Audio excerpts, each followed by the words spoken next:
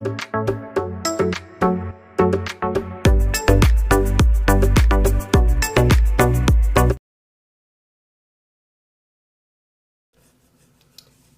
ഏവർക്കും study Nifty മലയാളത്തിന്റെ daily market ന്യൂസിലേക്ക് സ്വാഗതം. ഇന്ന് ഡിസംബർ 23 ചൊവ്വാഴ്ചയാണ്. ഇന്ത്യൻ വിപണിയിൽ നല്ല ബുള്ളിഷ് മൊമെന്റം വീണ്ടും തുടർന്നു പോരുകയാണ്. ഇന്നലെയും നല്ല പോസിറ്റിവിറ്റിയിലാണ് നിഫ്റ്റി ക്ലോസ് ചെയ്യുന്നത്. കൂടാതെ എല്ലാ സെക്ടറുകളും പോസിറ്റീവിലായിരുന്നു. നിഫ്റ്റി 50-ലെ 40 സ്റ്റോക്കുകളും പോസിറ്റീവിൽ ക്ലോസ് ചെയ്തു. ഇന്നത്തെ ഏറ്റവും ഹൈലൈറ്റ് ആയിട്ടുള്ള കുറച്ച് കാര്യങ്ങളിലേക്ക് വരാം. അതിന് മുന്നേ നമ്മുടെ വീഡിയോ ആരെങ്കിലും ലൈക്ക് ചെയ്യാൻ മറന്നു പോയിട്ടുണ്ടെങ്കിൽ ദയവ് ചെയ്ത് ആ ലൈക്ക് ബട്ടൺ ഒന്ന് ക്ലിക്ക് ചെയ്യുക. ചാനൽ സബ്സ്ക്രൈബ് ചെയ്യാത്തവർ ഇപ്പോൾ തന്നെ ചാനൽ ഒന്ന് സബ്സ്ക്രൈബ് ചെയ്യുക. ആദ്യത്തെ വാർത്ത, 2025 ഇന്ത്യയിലെ ഏറ്റവും മികച്ച സമ്പത്ത് സൃഷ്ടിച്ച ചില കമ്പനികളെ കുറിച്ചുള്ള ഒരു വാർത്തയാണ്. റിലയൻസ് ഇൻഡസ്ട്രീസ് തന്നെയാണ് അതിൽ ഏറ്റവും മുന്നിൽ നിൽക്കുന്നത്. റിലയൻസ് ഇൻഡസ്ട്രീസ് 2025 ശക്തമായ തിരിച്ചുവരവാണ് നടത്തിയത്. കഴിഞ്ഞ വർഷത്തെ ദുർബലതയ്ക്ക് ശേഷം ഈ വർഷം ഏകദേശം 29% നേട്ടമാണ് റിലയൻസ് ഇൻഡസ്ട്രീസ് ഉണ്ടാക്കിയിരിക്കുന്നത്. ടോപ്പ് 5 സമ്പത്ത് സൃഷ്ടിച്ച കമ്പനികൾ നോക്കുകയാണെങ്കിൽ ഒന്ന് Reliance Industries, Bharti Airtel, Bajaj Finance, SBI, Maruti Suzuki തുടങ്ങിയ കമ്പനികളാണ്. ഓരോ കമ്പനികളും വിപണി മൂലധനത്തിലേക്ക് 1.5 ലക്ഷം കോടി രൂപ ചേർത്തു. HDFC ബാങ്കും മികച്ച പ്രകടനമാണ് കാഴ്ചവെച്ചത്. 6ാം സ്ഥാനത്തിലേക്ക് HDFC ബാങ്കാണ് വരുന്നത്. ഇനി മികച്ച പ്രകടനം കാഴ്ചവെച്ച മേഖലകൾ നോക്കുകയാണെങ്കിൽ 2025 ഓട്ടോ, ബാങ്കിംഗ്, ധനകാര്യ സേവനങ്ങൾ തുടങ്ങിയ കമ്പനികളാണ് കൂടുതൽ നേട്ടമുണ്ടാക്കിയത്. 2025 നിഫ്റ്റി ഏകദേശം 10% മുകളിൽ നേട്ടം കൈവരിച്ചിരുന്നു. മറ്റൊരു ഫോക്കസിലുള്ള വാർത്ത, ഒക്ടോബറിൽ ഫോറക്സ് വിപണിയിൽ RBI $11.9 ബില്യൺ വിറ്റു. കഴിഞ്ഞ 10 മാസത്തിനിടയിലെ ഏറ്റവും ഉയർന്ന പ്രതിമാസ ഡോളർ വിൽപ്പന കൂടിയാണിത്. തുടർച്ചയായിട്ടുള്ള 5 മാസമായി RBI ഡോളർ വിൽക്കുന്നുണ്ട്. ജൂൺ മുതലുള്ള മൊത്തം ഡോളർ വിൽപ്പന $34 ബില്യൺ ആണ്. രൂപയെ പിന്തുണയ്ക്കുന്നതിനും കറൻസി വിപണിയിലെ ചാഞ്ചാട്ടം നിയന്ത്രിക്കുന്നതും ലക്ഷ്യമിട്ടാണ് ഈ നീക്കം. നമുക്കറിയാം, ഇപ്പോൾ സമീപ ദിവസങ്ങളിലായിട്ട് റുപ്പി പുതിയ ഓൾ ടൈം ലോ ഒക്കെ ഹിറ്റ് ചെയ്യുന്നത് നമ്മൾ കാണുന്നുണ്ട്. അപ്പോൾ ഇതിൻ്റെയൊക്കെ ഒരു ഭാഗമായിട്ടാണ് ഡോളർ ഇത്രയധികം ഇപ്പോൾ RBI വിറ്റുകൊണ്ടിരിക്കുന്നത്. മറ്റൊരു പോസിറ്റീവായിട്ടുള്ള വാർത്തയുള്ളത്, ഒക്ടോബറിലെ 0.1% നിന്ന് നവംബറിൽ കോർ സെക്ടർ വളർച്ച 1.8% ഉയർന്നു. ഇപ്പോൾ വളർച്ച കാണിക്കുന്ന മേഖലകൾ നോക്കിക്കഴിഞ്ഞാൽ സിമന്റ് 14.5%, ഉരുക്ക് 6.1%, കൽക്കരി 2.1%, ഫെർട്ടിലൈസർ 5.6% എന്നിങ്ങനെയാണ്. അസംസ്കൃത എണ്ണ 3.2% ഇടിവ് രേഖപ്പെടുത്തി. പ്രകൃതിവാതകം 2.5% ഇടിഞ്ഞു. വൈദ്യുതി 2.2%, ശുദ്ധീകരണ ഉൽപ്പന്നങ്ങൾ 0.9% ഇടിഞ്ഞു. റിഫൈനറി ഉൽപ്പന്നങ്ങൾ, വൈദ്യുതി തുടങ്ങിയ ഹെവി വെയ്റ്റ് മേഖലകൾ വളർച്ചയെ പിന്നോട്ടടിച്ചു. അതേസമയം സിമന്റ്, സ്റ്റീൽ എന്നിവ ഏറ്റവും കൂടുതൽ നല്ല വീണ്ടെടുക്കലിനും കാരണമായി. സിമന്റ് നമ്മൾ ഇന്ന് പ്രത്യേകം ശ്രദ്ധിക്കേണ്ട ഒരു സെക്ടറാണ്. കാരണം 14.5% എന്ന ഏറ്റവും ഉയർന്ന നിലയിലാണ് സിമന്റ് സെക്ടർ എത്തിയിരിക്കുന്നത്. അടുത്തതായി US മാർക്കറ്റുകളിലേക്ക്. വീണ്ടും US മാർക്കറ്റുകൾ സാന്റ റാലിയെ തുടർന്ന് തുടർച്ചയായിട്ടുള്ള 3ാമത്തെ ദിവസവും പോസിറ്റീവിലാണ് ക്ലോസ് ചെയ്യുന്നത്. ഈ ആഴ്ച വെറും 4 ട്രേഡിംഗ് ദിവസങ്ങൾ മാത്രമാണ് വരുന്നത്. വ്യാഴാഴ്ച മാർക്കറ്റ് ഹോൾഡേ ആണ്. ചിപ്പ് മേക്കേഴ്സ് ആയിട്ടുള്ള മൈക്രോൺ വീണ്ടും 4% നേട്ടം അവിടെ ഉണ്ടാക്കി. Semi conductor ഇൻഡെക്സും 1.1% ഉയരുകയുണ്ടായി. എൻവിദിയ വീണ്ടും ഉയർന്നാണ് ക്ലോസ് ചെയ്തിട്ടുള്ളത്.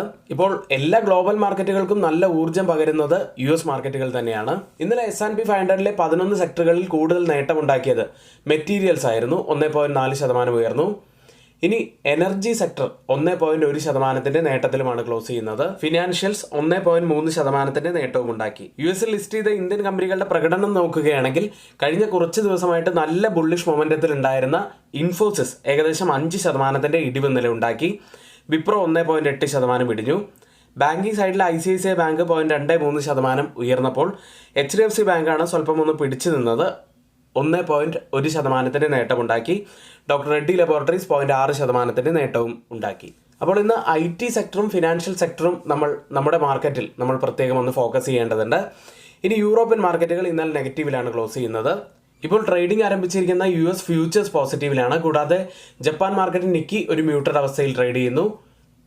കൊറിയൻ മാർക്കറ്റ് കോസ്പി 0.54% നേട്ടത്തിലാണുള്ളത്. ഗിഫ്റ്റ് നിഫ്റ്റി ഇപ്പോൾ ഉള്ളത് 26,225 എന്ന നിലയിൽ 15 പോയിന്റ്സ് ഉയർന്നാണ് ട്രേഡ് ചെയ്യുന്നത്. ഇപ്പോൾ ഇന്ത്യൻ സമയം 6 മണി കഴിഞ്ഞ് 50 മിനിറ്റ് ആണ്. ഇപ്പോഴത്തെ ഈ ഒരു നില വെച്ച് നിഫ്റ്റിയിൽ ഏകദേശം 30 പോയിന്റ്സിന്റെ ഒരു ഗ്യാപ്പ് ഓപ്പണിങ്ങിനാണ് സാധ്യതയുള്ളത്. ഇനി മറ്റ് അസറ്റ് ക്ലാസുകളിലേക്ക് വന്നാൽ ഗോൾഡ് പ്രൈസുകൾ വീണ്ടും നേട്ടത്തിലാണ് ഇന്നലെ ക്ലോസ് ചെയ്യുന്നത്. 1.9% ഉയർന്നു. കേരളത്തിലെ ഗോൾഡ് പ്രൈസ് 1,00,000 വളരെ അരികിലെത്തിയിരിക്കുന്നു. 99,840 എന്ന നിലയിലാണ് പവന് ഇന്നലെ സ്വർണ്ണവിലയുള്ളത്. കൂടുതൽ ഫോക്കസിലുള്ളത് ഇപ്പോഴും സിൽവറാണ്. പുതിയ ഓൾ ടൈം ഹൈ ആണ് ഇന്നലെ ഹിറ്റ് ചെയ്തത്. ക്രിപ്റ്റോ കറൻസിയിലേക്ക് വന്നാൽ ബിറ്റ്കോയിൻ ഇപ്പോൾ $88,000 ട്രേഡ് ചെയ്യുന്നത്. 0.5% നേട്ടത്തിലാണ്. ഓയിൽ പ്രൈസുകളിലേക്ക് ഇന്നലെ വെനിസുലയ്ക്ക് സമീപം US ഒരു എണ്ണ ടാങ്കർ തടഞ്ഞതിനാൽ തിങ്കളാഴ്ച എണ്ണവില ഉയർന്നു. എണ്ണ വിതരണത്തെ ഇത് ബാധിക്കും എന്നുള്ള ആശങ്ക കാരണമാണ് എണ്ണവില ഉയർന്നത്. ബ്രന്റ് ഫ്യൂച്ചേഴ്സും WTIയും ഏകദേശം 2.6% നേട്ടമാണ് ഇന്നലെ ഉണ്ടാക്കിയത്. ഇനിയിപ്പോൾ നല്ല അപ് ട്രെൻഡിലാണ് മാർക്കറ്റ് ഉള്ളത്.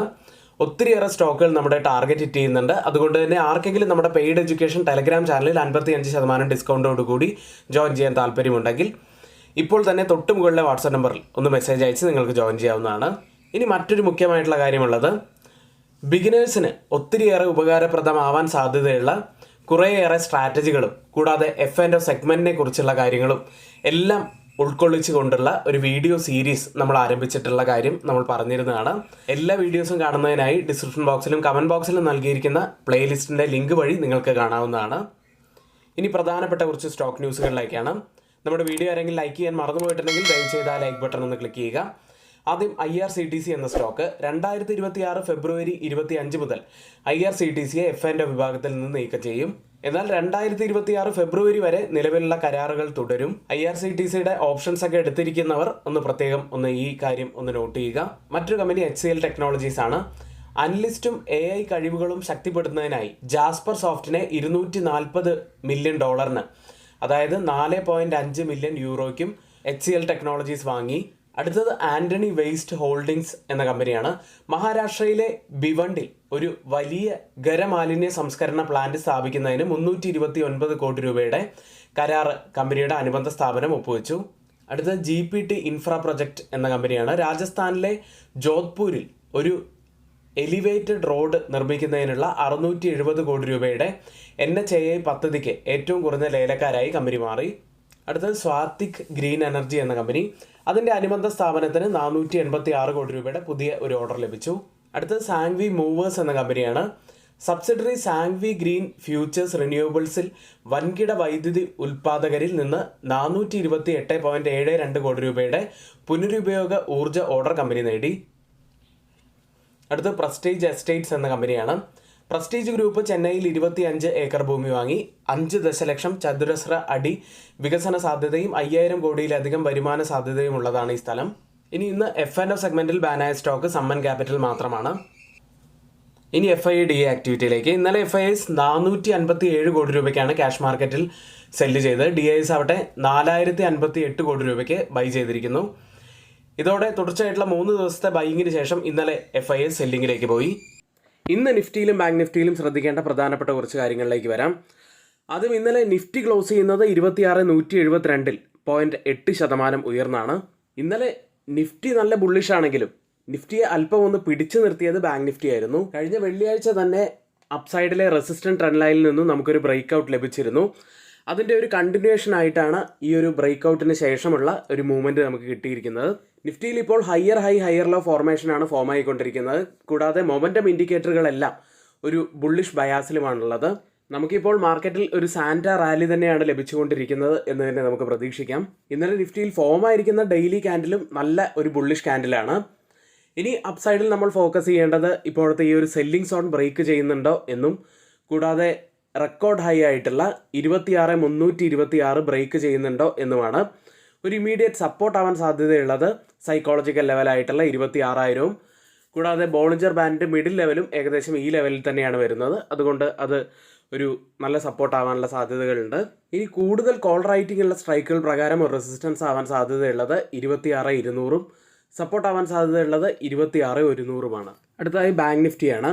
59,204 225 പോയിന്റ്സ് ഉയർന്നാണ് ബാങ്ക് നിഫ്റ്റി ക്ലോസ് ചെയ്യുന്നത്. ഇനി ബാങ്ക് നിഫ്റ്റിയെ സംബന്ധിച്ച് പറയുകയാണെങ്കിൽ ഇന്നലെ അതായത് തിങ്കളാഴ്ച നമ്മൾ പറഞ്ഞ ആ ഒരു ട്രെൻഡ് ലൈനിൽ നിന്നും ഒരു ബ്രേക്ക് ഔട്ട് ഇപ്പോൾ ഉണ്ടായിട്ടുണ്ട്. ഏതായാലും ഇപ്പോഴത്തെ ഈ ഒരു ബ്രേക്ക് ഔട്ടിന് ശേഷം അപ്സൈഡിലെ ഈ ഒരു റെസിസ്റ്റന്റ് ട്രെൻഡ് ലൈനിൽ ടച്ച് ചെയ്യാനുള്ള സാധ്യതകളുണ്ട്. ഏതായാലും ഇന്നലെ നിഫ്റ്റിയെ ചെറുതായെങ്കിലും ഡ്രാഗ് ചെയ്ത് ബാങ്ക് നിഫ്റ്റി ആയിരുന്നു. ഇനി വരുന്ന ദിവസങ്ങളിൽ കൂടുതൽ ബുള്ളിഷായി ബാങ്ക് നിഫ്റ്റി കാണപ്പെടുമോ എന്ന് നമുക്ക് നോക്കാം. പല ബാങ്ക് നിഫ്റ്റിയിലെ സ്റ്റോക്കുകളും ബ്രേക്ക് ഔട്ടിനായിട്ട് വെയിറ്റ് ചെയ്യുന്ന സ്റ്റോക്കുകളുണ്ട്. ബാങ്ക് നിഫ്റ്റിയിൽ ഒരു റെസിസ്റ്റൻസ് ആവാൻ സാധ്യതയുള്ളത് 59,500ഉം സപ്പോർട്ട് ആവാൻ സാധ്യതയുള്ളത് 59,000ഉമാണ്. ഇതൊക്കെയാണ് നിഫ്റ്റിയെയും ബാങ്ക് നിഫ്റ്റിയെയും സംബന്ധിച്ച് ഏറ്റവും പ്രധാനപ്പെട്ട കുറച്ച് കാര്യങ്ങൾ. ഇനി ആർക്കെങ്കിലും പുതിയൊരു ഡിമാറ്റ് അക്കൗണ്ട് ഓപ്പൺ ചെയ്യണമെന്നുണ്ടെങ്കിൽ ലിങ്ക് നമ്മൾ ഇവിടെ ഡിസ്ക്രിപ്ഷൻ ബോക്സിലാണ് നൽകിയിരിക്കുന്നത്. ഇന്നിവിടെ നമ്മൾ പറഞ്ഞിരിക്കുന്ന എല്ലാ കാര്യങ്ങളും ഏറ്റവും ഓതറൈസ്ഡ് ആയിട്ടുള്ള സൈറ്റുകളായ Moneycontrol, Mint, Reuters, CNBC, Financial Express തുടങ്ങിയ മാധ്യമങ്ങളിൽ നിന്നാണ് എടുത്തിരിക്കുന്നത്. മറ്റുള്ളവയെല്ലാം നമ്മുടെ വ്യൂസ് മാത്രമാണ്, ഒരിക്കലും ആ റെക്കമെൻഡേഷൻ അല്ല. നിങ്ങളുടെ എഡ്യൂക്കേഷണൽ പർപ്പസിനാണ് അതിവിടെ ഷെയർ ചെയ്യുന്നത്. ഇനി ആർക്കെങ്കിലും നമ്മുടെ പെയ്ഡ് എഡ്യൂക്കേഷൻ ടെലഗ്രാം ചാനലിൽ 55% ഡിസ്കൗണ്ടോട് കൂടി ജോയിൻ ചെയ്യാൻ താല്പര്യമുണ്ടെങ്കിൽ ഇപ്പോൾ തന്നെ തൊട്ട് മുകളിലെ വാട്സ്ആപ്പ് നമ്പറിൽ ഒന്ന് മെസ്സേജ് അയച്ച് ജോയിൻ ചെയ്യാവുന്നതാണ്.